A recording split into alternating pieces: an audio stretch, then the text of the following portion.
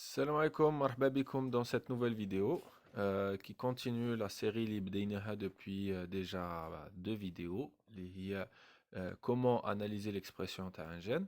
Donc شفنا déjà plusieurs techniques pour étudier l'expression تاع un gène. Donc jusqu'à présent كاع les techniques اللي استعملناهم عندهم كيما خاصية انهم يعطونا une analyse descriptive ولا semi quantitative تاع l'expression تاع الجين. وش معنى هذه؟ ما يعطولناش la quantité réelle تاع ايرين اللي منتج من طرف الجين الوقت اللي رانا ندرسو فيه. Donc pour pouvoir analyser de manière quantitative l'expression تاع un gène راني رايح نبريزونتي لكم واحد لا تكنيك dérivée de la PCR polymerase chain reaction يسموها la PCR quantitative. Donc tout d'abord bah, تفهموا هاد la technique اللي قلنا نفهموا bien la PCR. Donc pour cela je vous renvoie à la vidéo اللي درتها لكم sur la PCR. Mais bien évidemment, fait la vidéo, on va quand même faire un rappel à la PCR. Puis par la suite, on parlera de l'aspect quantitatif. Donc la PCR, qui m'a raconté, surtout la vidéo qui parlait de cette technique-là, c'est polymérase chain reaction. C'est une technique qui permet d'amplifier de manière spécifique un morceau d'ADN. Et pour cela, en fait, ce qui détermine la spécificité de l'amplification, qui fait l'emplacement spécifique de l'amplification, c'est ce qu'on appelle des amorces. Donc les amorces sont des oligonucléotides ou même مجموعة من nucléotides تتكامل مع l'ADN اللي رايحين نديروا له l'amplification. Donc نتخيلوا بلي عندنا هاد la partie الوسطانية اللي نحبوا نديروا لها l'amplification, et ben nous allons utiliser deux amorces. Donc on utilise toujours minimum deux amorces. Une amorce directe qui va être complémentaire à la région flanquante dans notre exemple qui est du côté gauche, et une amorce reverse ou primer right qui va flanquer la deuxième région. Donc les deux amorces vont permettre l'amplification de le morceau d'ADN من طرف إلى آخر. Donc une fois que حددت tous les amorces, donc les amorces bien évidemment نتوما اللي تخدموهم. Donc on aura une vidéo prochaine inchallah où on va présenter كيفية تحديد واختيار les amorces ou design تاع les amorces. Donc dans notre exemple, dans notre étude ici, nous avons déterminé donc déjà les amorces à la. Par la suite, en fait, on va prendre l'ADN et on va mettre tous les composants nécessaires à son amplification. Les DNTP, donc les disoxynucléotides triphosphate qui permettent en fait la biosynthèse de l'ADN. Le tampon, qui est toujours essentiel. Le tampon, c'est le milieu qui sera fait à l'amplification, du MgCl de plus, les amorces تاعكم, et l'enzyme المهمة pour l'amplification, c'est la Taq polymérase, qui est une ADN polymérase. Donc, au cours du processus de PCR, en fait, c'est un processus cyclique, où on va voir plusieurs cycles qui vont se répéter. Au fil de chaque cycle, sera les mêmes variations. Donc, بتفهموا راح نقدم لكم واش يصرى في un cycle, et bien évidemment la PCR c'est qu'on va refaire les cycles dans le temps. Donc dans chaque cycle, la première étape اللي لازم تكون هي une dénaturation تاع l'ADN. Pour dénaturer l'ADN, en fait, on va augmenter la température du milieu à 94 degrés Celsius, qui va permettre en fait de casser les ponts hydrogènes, extraire les ponts hydrogènes ben les deux chaînes d'ADN. Par la suite, on dit ce qu'on appelle une température d'hybridation d'amorce. Il y a une température la température, une température de 56 à 64 degrés Celsius, et ça va permettre en fait de fixer l'amorce. Les changements de plage de température,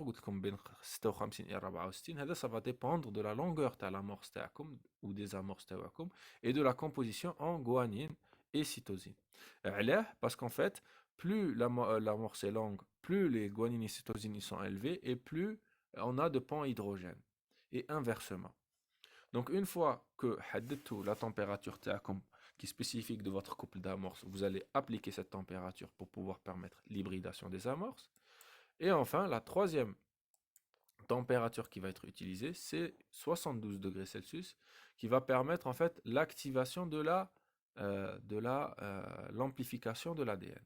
Bien évidemment, à cette étape-là, la Taq polymérase va se fixer à l'amorce. Donc, je trouve la vidéo précédente, comme l'amorce, en fait, elle va servir de stabilisateur pour que la polymérase puisse amplifier l'ADN. Si elle n'a pas une base double brin, les types la biosynthèse, la polymérase ne peut pas se fixer. Donc, l'amorce, elle va apporter la base double brin, la polymérase. Donc, à 72 degrés Celsius, c'est la température de fonctionnement de l'enzyme. Donc, l'enzyme va commencer à néosynthétiser un nouveau brin en se basant sur une matrice de brins complémentaires. Donc, le A, par exemple, une adénine, elle va coller un désoxynucléotide, mais la thymine. Et donc, la réaction en fait de biosynthèse va permettre donc de libérer du pyrophosphate parce que comme les nucléotides sont apportés sous forme de DNTP, dinucléotide triphosphate, et le nucléotide final est intégré sous forme monophosphate. Donc il prend deux phosphates. L'hydrolyse en fait, les deux phosphates, elle libère l'énergie pour pouvoir fixer le nucléotide. Et donc il prend le pyrophosphate et le MgCl2+, il est là pour évacuer le pyrophosphate de l'enzyme. Quand ما يكونش كاين le MgCl2+, واش يصرى le pyrophosphate au cours de la biosynthèse, il va s'accumuler dans l'enzyme et il va inhiber la réaction d'amplification.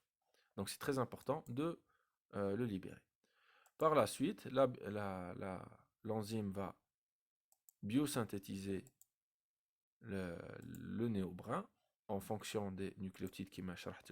Et par la suite, il y a le décrochement de l'enzyme à 94 degrés Celsius. Parce qu'en fait, comme je vous ai dit, là, à cette étape-là, en fait, on rentre dans le deuxième cycle. Donc, comme les précédentes diapos, c'est le premier cycle.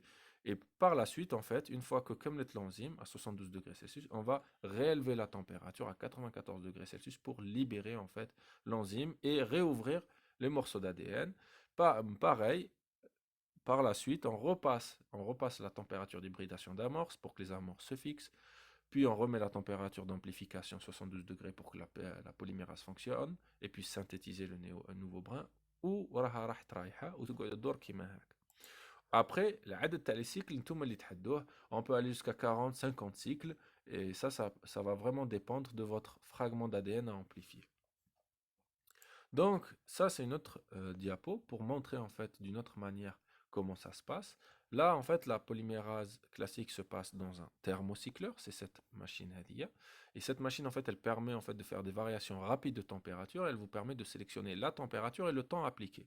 Donc, la PCR, le thermocycleur de la machine, c'est la PCR, mais nous pouvons dans d'autres types de manipulations في laboratoire. Même à partir du moment où vous avez besoin de changer de température rapidement et appliquer une certaine température à un certain temps, ben vous pouvez utiliser cette machine. Donc là, ici, vous pouvez voir dans ce graphe plusieurs cycles. On a 4 cycles représentés. Chaque cycle, il va être composé des 3 températures, 94, qui est la température de dénaturation, une température d'hybridation d'amorce 56 à 64 degrés et une température d'amplification 72 degrés Celsius. Après, ce qui va être important aussi, c'est le temps. Donc en fait, au cours de l'amplification, dans chaque cycle, on fait 0,3 à 1 minute pour la dénaturation.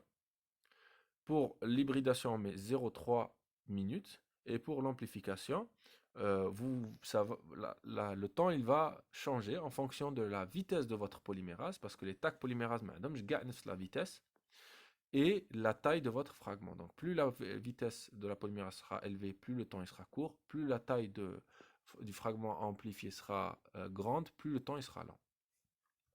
Par la suite, en fait, vous réappliquez le cycle plusieurs fois pour pouvoir amplifier. Donc, l'idée, c'est qu'au premier cycle, vous avez, à partir d'une molécule d'ADN, vous allez en avoir 2. Au deuxième cycle, à partir de 2, vous allez avoir 4, etc., jusqu'à atteindre 50-60 cycles. Et ça, c'est une technique très puissante qui permet vraiment d'amplifier rapidement un gène. Ça, c'est pour la PCR classique. Pour plus de détails, je vous renvoie vers la vidéo LeaderTest, spécialement de la PCR. Donc la PCR quantitative, ça va être une autre machine qu'on va utiliser qui, elle, en fait, va nous permettre d'amplifier et d'analyser la quantité d'ADN en temps réel. معناها في الوقت الحين نقدروا نعرفوا la quantité d'ADN amplifiée في وسط التوب تاعنا. Alors la technique, elle est très simple. C'est une PCR كيما راكم تعرفوها classique, نفس le principe, sauf qu'en fait, on va dans le mélange réactif, en rajoutant toutes les composants اللي هضرت لكم عليهم قبل, نزيدوا un autre composant qui est une molécule fluorescente comme le cybergrain. Alors, cette molécule, en fait, elle ne se fixe pas sur l'ADN quand elle est sous forme de monobrin, donc quand il est dénaturé, mais elle se fixe sur l'ADN quand il est en double hélice. L'élément الثاني اللي مهم اللي لازم تعرفه, c'est que quand le cybergreen n'est pas fixé à l'ADN, il n'émet pas de fluorescence, donc c'est une composant fluorescent. Et quand il se fixe à l'ADN, il émet une fluorescence. Alors ça, c'est vraiment le principe de base de la PCR qu'on appelle quantitative, ou c'est moi PCR en temps réel, parce qu'on peut quantifier en temps réel la fluorescence. Donc au cours de la PCR, en fait, quantitative, la molécule en fait de cybergreen va pouvoir s'intégrer à chaque étape de biosynthèse de l'ADN. Donc là, le cycle تاعنا, la fluorescence ou la molécule fluorescente sera fixée à l'ADN avant dénaturation à 94 degrés Celsius et elle pourra se fixer progressivement à l'ADN au cours de la biosynthèse dans l'étape d'élongation à 72 degrés Celsius. Alors, ce qui est très important à savoir, c'est que au, au sein de la machine héréditaire, la PCR quantitative, la machine va envoyer une excitation, une longueur d'onde d'excitation qui va être donc c'est un laser qui va exciter le cybergreen ou la molécule fluorescente là comme c'était fait. Donc la machine envoie de l'excitation. Donc nous allons avoir deux possibilités. Une fois, si nous sommes dans une phase où l'ADN est dissocié, donc en double brin, donc on va voir le cybergreen libre, et on va voir une deuxième possibilité, c'est que le cybergreen est fixé à l'ADN dans les phases dont je vous parlais, avant dénaturation et au cours de l'élongation. Donc on va avoir deux possibilités. Si dans les phases où le cybergreen n'est pas fixé, eh ben, nous n'aurons pas de fluorescence émise, alors que dans les phases où l'ADN sera en double brin, on aura une fluorescence qui est émise par le cybergreen. Ce qui est l'étape clé de cette machine, c'est que cette fluorescence, en fait, elle est captée par un capteur spécial dans la machine en temps en continu.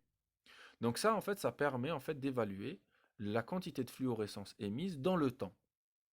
مش معناها بصفة مختصرة هاد لا ماشين راح يدير لكم بي سي ار كلاسيك ورايحة تدير لاناليز تاع السايبر جرين اللي راه لاصق في l'ADN وقادر يبعث une fluorescence. Donc ça va permettre en fait de quantifier l'ADN double brin au sein du tube ou du puits où on sera fait la réaction. Et en fait, comme vous pouvez bien l'imaginer, au début, quand on a une seule molécule d'ADN, on a très peu de fluorescence parce qu'il y a très peu de molécules de cybergreen intégrées. Et plus nous allons avancer dans les cycles, plus nous aurons des copies d'ADN importantes par rapport au fragment d'ADN qui est amplifié, et plus nous aurons de la fluorescence émise. Donc, ناخذ l'exemple de la quantification de l'ADN entre différents échantillons. Donc, on va partir du principe qu'on a un échantillon d'ADN dilué avec plusieurs dilutions. Vous allez avoir des quantités d'ADN et 10 picogrammes à 1 femtogramme. Donc, le femto, il est bien évidemment bien inférieur au pico. Donc, le graphe, il vous représente la fluorescence quantifiée, d'accord, comparée au nombre de cycles. Donc, comme je vous disais, la machine, ce qu'elle fait, c'est qu'elle quantifie la fluorescence en temps réel, c'est-à-dire elle quantifie continuellement la fluorescence, mais seulement la fluorescence des molécules d'ADN en double brin pourra être captée vu que en simple brin, ما كانش la fluorescence. Donc, en fait, à chaque cycle, vous allez avoir un peu plus de fluorescence. Là, vous pouvez voir dans notre exemple, de 16 à presque 15 cycles, la courbe de fluorescence n'évolue pas. Elle n'évolue pas, mais pas parce que je garde la fluorescence. Qu'il la fluorescence. Sauf que, en fait, cette fluorescence ne dépasse pas le seuil de détection du capteur. C'est-à-dire que le capteur de la fluorescence a une درجة حساسية تاع la fluorescence تاع الإشعاع. إذا كان الإشعاع فوق درجة التحسس تاع الكابتور راح يديتكتي لكم الفلوريسونس، واذا كان اقل من درجه التحسس تاع الكابتور يبقى ما تشوفوش لا فلوريسونس. دونك ici vous pouvez voir الخط الاورانج، هذا الخط البرتقالي هو le seuil de détection du capteur de fluorescence. Donc dans tous les échantillons, la fluorescence ne pourra être captée qu'à partir de 15 cycles pour le premier échantillon. Ça veut dire que dans l'échantillon où il y a le plus de concentration d'ADN, bien évidemment, vous allez voir le seuil de détection qui va être dépassé en premier. Donc là, à 10 picogrammes, on peut voir qu'à 5, presque à 5, voire excusez-moi, à 15 ou à 16 cycles, on commence à observer la fluorescence. Et puis la fluorescence, ben, elle augmente de manière exponentielle. Hatal 32 cycles. Donc ça, c'est pour le type 10 picogrammes. À partir du 36e cycle, il y a une stabilisation de la fluorescence. Le seuil maximum de détection du capteur de fluorescence. Donc en fin de compte, vous allez avoir la fluorescence qui sera réellement quantifiée de manière précise entre 16 cycles, donc qui correspond au seuil minimal de détection, et à 32 cycles qui correspondra au seuil maximum de détection. Et donc là, vous avez la fluorescence pour 10 picogrammes.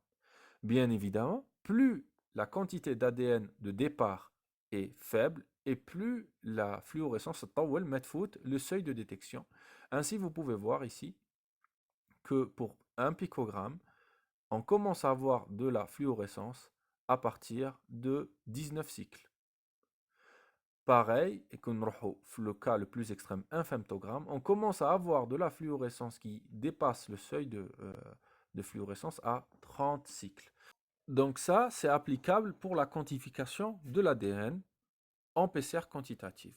هنا حد الآن ما هدرناش على la quantification de l'expression des gènes. Donc il faut bien comprendre que la technologie, vous pouvez par exemple l'appliquer pour quantifier le nombre de virus dans un échantillon. Par exemple, comme tu le dépistage du coronavirus, et le coronavirus, ça va être basé sur ce type d'amplification. Donc, pour analyser l'expression des gènes, on va, en plus de faire la PCR quantitative, et bien avant la PCR quantitative, on va devoir faire une première étape, la reverse transcription. Alors, nous l'exemple de ces cellules, les cellules, par exemple, les cellules d'orsophie. La première étape pour analyser l'expression des gènes en PCR quantitative, et donc là on parlera de RT-qPCR, puisque c'est la quantification de l'expression des gènes. Donc ça va être, la première étape va être d'extraire les ARN totaux, les ARN من الخلية. Donc vous allez vous retrouver avec un mélange d'ARN, et dans ce mélange d'ARN, vous allez devoir faire de la reverse transcription sur les ARN messagers. Donc en fait, pour cela, vous allez utiliser une enzyme, la reverse transcriptase. Il y a une ADN polymérase qui va utiliser l'ARN M comme base pour la synthèse de l'ADN. Donc c'est une ADN polymérase ARN dépendante. Alors bien évidemment, comme c'est une ADN polymérase, il lui faut une amorce pour démarrer la reverse transcription. Et cette amorce, en fait, elle va varier. Vous avez deux grands types d'amorces, ou vous avez ce qu'on appelle les random primers ou amorces aléatoires, ou ce qu'on appelle aussi les deuxièmes catégories, les oligo-DT. Alors si vous êtes sur une cellule prokaryotique, je vous conseillerais d'utiliser des amorces, des random primers, des amorces aléatoires. Si vous êtes sur des cellules eucaryotiques, vous pouvez utiliser les oligo-DT. Alors les oligo-DT, ils se basent sur une caractéristique des ARN messagers les cellules eucaryotes, c'est que les cellules eucaryotes, les ARN messagers ils un poly A, une queue poly A, qui est là pour protéger en fait les ARN M de la dégradation dans les cellules eucaryotiques.